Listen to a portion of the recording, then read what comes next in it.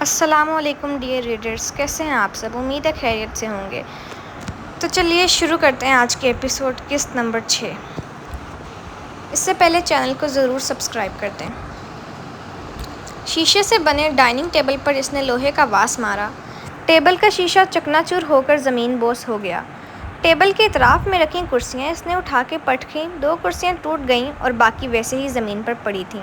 اسد میرے بچے نہ کرو ایسے، تمہیں چوٹ لگ جائے گی۔ لیکن اسد کہاں ہوش میں تھا، اسے یہ بات ہضم ہی نہیں ہو رہی تھی کہ اسے ریجیکٹ کر دیا گیا ہے۔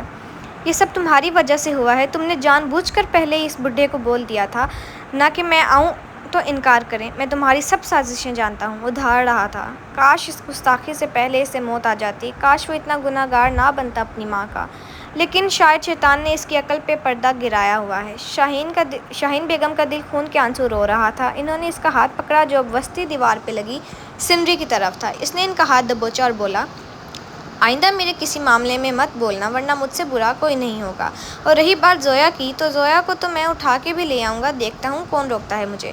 دبوچا ہوا ہاتھ زور سے جھٹک کر وہ آگے کی طرف بڑھ گیا اور شاہین بیگم پیچھے جھٹکے سے نیچے گریں اور ان کا ہاتھ کانچ کے ٹکڑے لگنے سے لہو لہان ہو گیا۔ ملازمہ جو دروازے کی اوٹ میں چھپی ہوئی تھی آگے بڑھ کر ان کو اٹھایا اور ان کے کمرے میں لے گئی، پھر ان کے ہاتھ کی ڈریسنگ کی اور انہیں دوائی دے کر لٹا دیا۔ مظفرہ ان کے گھر میں تب سے کام کر رہی تھی جب شاہین بیگم کی شادی ہوئی تھی، اس لیے وہی ہر بار انہیں دلاسے دیتی تھی کہ سب ٹھیک ہو جائے گا۔ لیکن کب تک وہ یہ سب برداشت کریں گی؟ شاید بہت جلد ہی اللہ کی پکڑ میں اسد آنے والا تھا۔ داؤ جی، آپ نے اسد کے لیے انکار کیا، مجھے اس بات پہ کوئی اعتراض نہیں ہے۔ آپ کا پورا حق ہے کہ آپ اپنی پوتی کے لیے فیصلہ لیں، مگر آپ نے شاہین کو یہ کیوں کہا کہ زویا کا رشتہ انس سے طے ہے اور انس کے واپس آتے ہی ان کا نکاح ہونا ہے؟ آج سے پہلے تک تو یہ بات کبھی نہیں ہوئی، پھر آج اچانک کیسے؟ اور بچے، کیا وہ مانیں گے؟ بہو، بات دراصل یہ ہے کہ اسد کو ہم نے اس لیے انکار کیا کیونکہ ہم اس کی حرکتوں سے بخوبی واقف ہیں اور اپنی پوتی کے لیے ہم کوئی غلط فیصلہ نہیں لیں گے جس سے اس کی زندگی میں تناؤ پیدا ہو۔ اور رہی بات انس سے اس کے رشتے کی، تو آج سے کئی سال پہلے جب بچوں کی دادی زندہ تھیں تو انہوں نے ہم سے اپنی خواہش کا اظہار کیا تھا کہ وہ زویا کو انس کی دلہن بنانا چاہتی ہیں۔ تو آج جب زویا سے متعلق بات ہوئی تو ہم نے سوچا یہی صحیح موقع ہے ان کی خواہش کو پورا کرنے کا، سو ہم نے فیصلہ سنا دیا۔ اور رہی بچوں کی بات، تو تم لوگوں کا ہمیں نہیں معلوم، لیکن ہماری ان آنکھوں نے زویا اور انس کی آنکھوں میں ایک دوسرے کے لیے پسندیدگی دیکھی ہے اور ہمیں یقین ہے انہیں اس بات سے خوشی ہی ہوگی نہ کہ افسوس۔ تو سب باتیں اب اختتام پذیر ہوتی ہیں۔ اب اس موضوع پہ بات تب ہوگی جب انس واپس آئے گا، تب تک کے لیے کوئی اس موضوع پہ کوئی بحث نہیں کرے گا۔ اب سب اپنے اپنے کمروں میں جاؤ۔ سب اٹھے اور اپنے کمروں کی جانب چل دیے۔ اچھے ریویوز دیں گائز۔ آپ کو آج کا ایپیسوڈ کیسا لگا ہے اور پلیز چینل کو سبسکرائب کریں۔ السلام علیکم امی۔ وعلیکم السلام بیٹا۔ وہ لوگ اس وقت ایئرپورٹ پہ موجود تھے۔ خیریت ہے؟ تم نے اتنی ارجنٹلی مجھے واپس بلایا، اور ایسی بھی کیا بے صبری تھی جو تم نے چند گھنٹوں کی تاخیر سے بچنے کے لیے مجھے بائی ایئر آنے کو بولا؟ امی ساری باتیں یہیں کریں گی کیا؟ چلیں گھر چل کے بات کرتے ہیں، پھر آپ کو سب ایکسپلین کرتا ہوں۔ عاصم نے یاسمین بیگم کا سامان گاڑی میں رکھا اور گاڑی گھر کے راستے ڈالی۔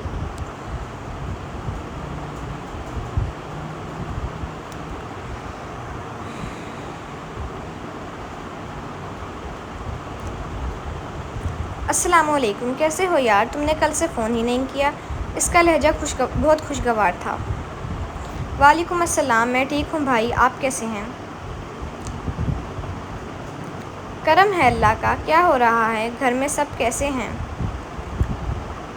عیسیٰ کو معلوم تھا اس کا سب کے بارے میں پوچھنے کا مطلب ہوتا تھا کہ اسے زویا کے حال احوال سے واقفیت دی جائے۔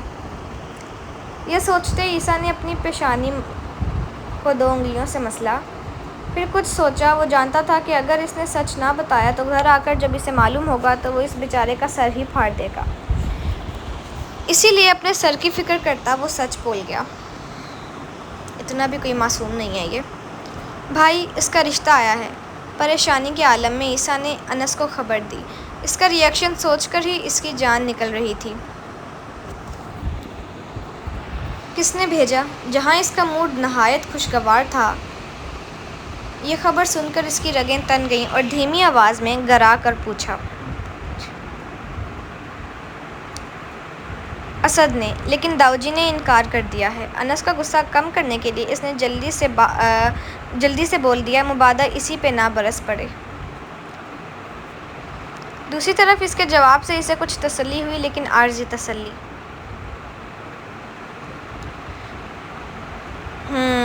میں اگلے ہفتے آ رہا ہوں اور اگلے ہفتے میں اس سے نکاح کروں گا۔ بھائی آپ کیسے کریں گے یہ سب اتنی جلدی؟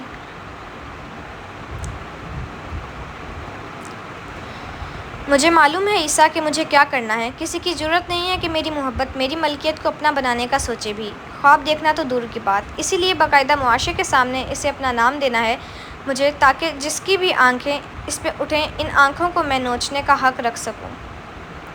جی ٹھیک ہے بھائی، آپ ریلیکس ہو کر کام مکمل کریں اور آ جائیں، میں یہاں سب سنبھال لوں گا، اللہ حافظ۔ کال کٹ کرنے کے بعد عیسیٰ کا ایک پرزور قہقہا کمرے میں گونجا اور وہ بیڈ پہ لیٹ کر پیٹ پہ ہاتھ رکھ کر پاگلوں کی طرح ہنسی جا رہا تھا۔ یا اللہ، یہ لڑکا آخر کیا چیز ہے؟ خیر، بیوقوف یہ نہیں سمجھ رہا تھا کہ اگر وہ ان دونوں کو ایک دوسرے کے احساسات سے ناواقف رکھ کر ان کو تڑپا رہا ہے تو جب یہ سب انس کو معلوم پڑے گا تو وہ اسے کتنا تڑپائے گا۔ خیر، یہ تو آنے والا وقت ہی بتائے گا۔ دیکھتے ہیں بیچارے عیسیٰ کے ساتھ کیا ہوگا۔ عاصم، اب تو ہم گھر بھی پہنچ گئے ہیں، کھانا بھی کھا لیا ہے، اب تو بولو کیا بات ہے بیٹا، کیوں مجھے فون پر پریشان کر رہے تھے؟ امی مجھے شادی کرنی ہے۔ اسے ایک دم سے دوڑا پڑ گیا لگتا۔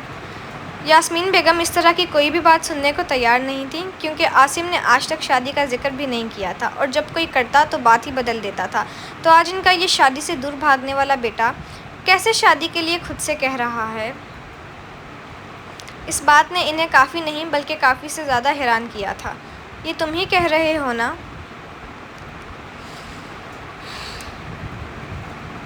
جی ہاں امی جان، ہمارے پیارے عاصم خانزادہ کو عشق کا بخار چڑھ چکا ہے، آپ بس رشتہ لے کر جانے کی تیاری پکڑیں۔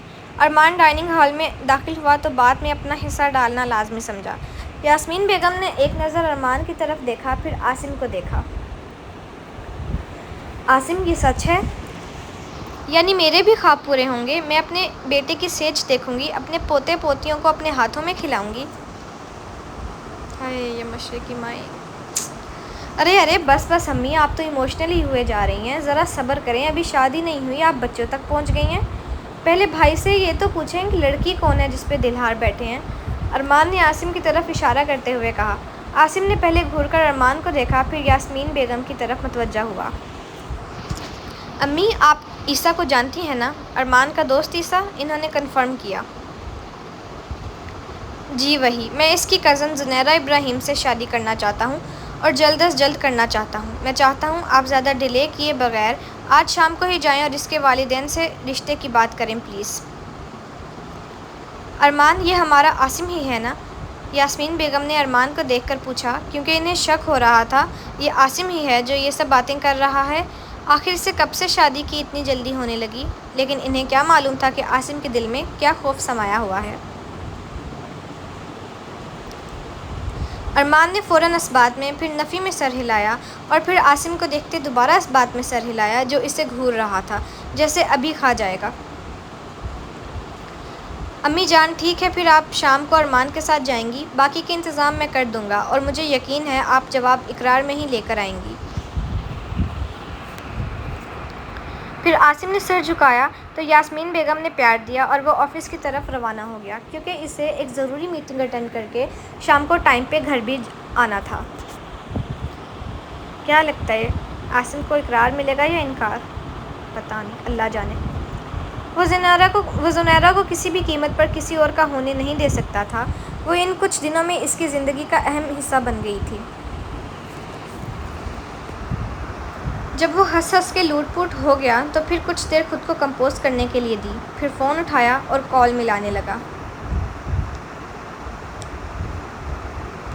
السلام علیکم سر۔ وعلیکم السلام۔ حمزہ، میں نے تمہیں جس کام کے لیے ہائر کیا ہے، تمہارے لیے اب اس سے زیادہ ضروری اور کچھ نہیں ہونا چاہیے کیونکہ یہ معاملہ بہت سے گھروں کی عزتوں کا ہے، تو خیال رکھنا کسی بھی قسم کی غلطی کی کوئی گنجائش نہیں ہونی چاہیے۔ جی سر، جیسا آپ کا حکم، کوئی غلطی نہیں ہوگی۔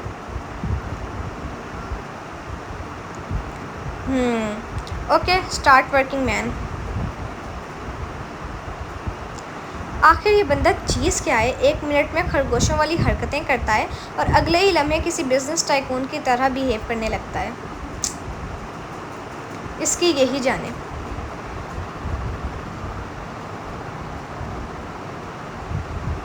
اس سب کے بعد اب اس نے ایک اہم ترین کام کرنا تھا جو یقیناً کسی اور کے لیے بھی اہم ثابت ہونے والا تھا۔ چونکہ وہ صبح سے بہت سے اہم اور ساتھ عجیب و غریب کام بھی سر انجام دے رہا تھا، تو اب اس لیے اٹھا اور وارڈروب سے کپڑے لے کر واش روم میں گھس گیا۔ 10 منٹ بعد وہ باہر نکلا اور اب وہ وائٹ ٹراؤزر اور براؤن شرٹ میں ملبوس تھا۔ بالوں کو تولیے سے رگڑ کر چھوڑ دیا جو کہ پھر ماتھے پہ پھیل گئے۔ ٹاول کو ڈریسنگ ٹیبل کی چیئر پہ پھیلا دیا۔ Now his new and most important mission is started۔ وہ کمرے سے نکلا اور اسٹڈی روم میں گھس گیا اور اندر نہ جانے کون سی کھچڑی پکاتا رہا۔ 1 گھنٹے کے بعد وہ باہر نکلا اور اپنے کمرے کی جانب بڑھ گیا، الماری سے کچھ سامان نکالا اور پھر سے ریڈی ہونے لگ گیا۔ اب اللہ جانے اس نے کدھر جانا تھا۔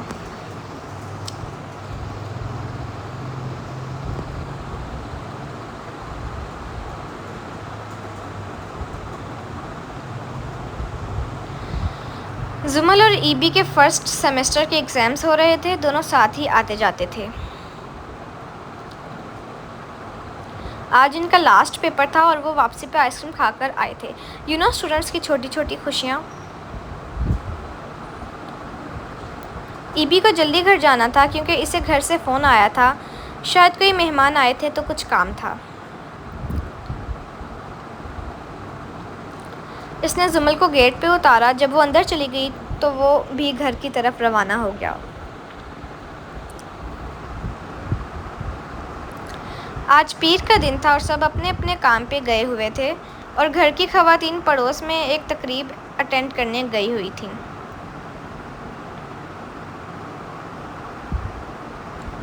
زمل بھی بہت تھک گئی تھی، پیپرز ختم ہونے کی وجہ سے ریلیکس الگ تھی، تو آتے ساتھ اپنے کمرے میں گھس گئی اور بستر سے چپک گئی۔ ایک تو زمل کی نیندیں اور زمل، اللہ ہی خیر کرے۔ لیکن پیپرز میں ایسا ہی ہوتا ہے۔ وہ گھر پہنچا تو دیکھا سامنے ہی ایک خاتون اور ایک لڑکا بیٹھے تھے اور ساتھ ہی اس کے ماما بابا۔ ای بی کو یہ لڑکا جانا پہچانا لگا، لیکن تمیز کے دائرے میں رہتے ہوئے آگے بڑھا اور سلام لیا، پھر پاس ہی بیٹھ گیا۔ آپ کی بات بالکل درست ہے بہن، ہمیں بھی کوئی اعتراض نہیں ہے، لیکن ہم ایک بار اپنے بڑوں سے بات کرنا چاہتے ہیں۔ آپ جانتی ہی ہیں ایسے معاملوں میں گھر کے بڑوں کی اجازت اور رضامندی لازم و ملزوم ہے۔ ای بی کو تو سمجھ نہیں آ رہا تھا یہ کس ٹاپک پہ بات ہو رہی ہے، لیکن جب زنیرہ بیگم سب کے لیے چائے لے کر حاضر ہوئیں تو سب سمجھ میں آ گیا اور منہ کے ڈیزائن ایسے بنانے لگا جیسے بہت عقل مند شخصیت ہے۔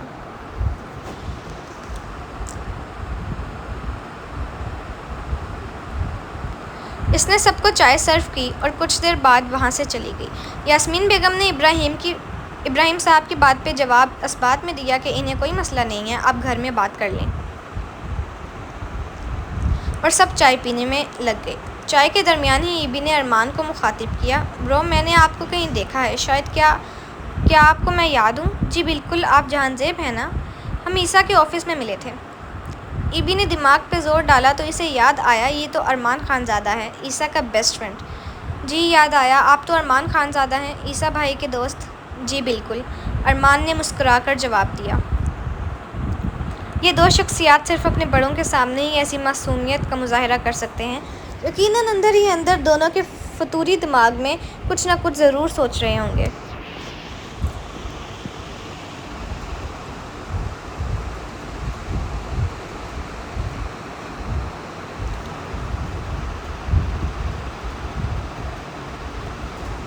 تو گائز ضرور ریویوز دیجیے گا کمنٹس میں اور بتائیے گا کہ آپ کو آج کی ایپیسوڈ کیسی لگی، اور چینل کو سبسکرائب کیا کریں، میں اتنی بار کہتی ہوں اور کسی کو بھی نہیں توفیق ہوتی کرنے کی۔ چلیں، مجھے یقین ہے اب کریں گے۔ اوکے جی، تب تک کے لیے اللہ حافظ۔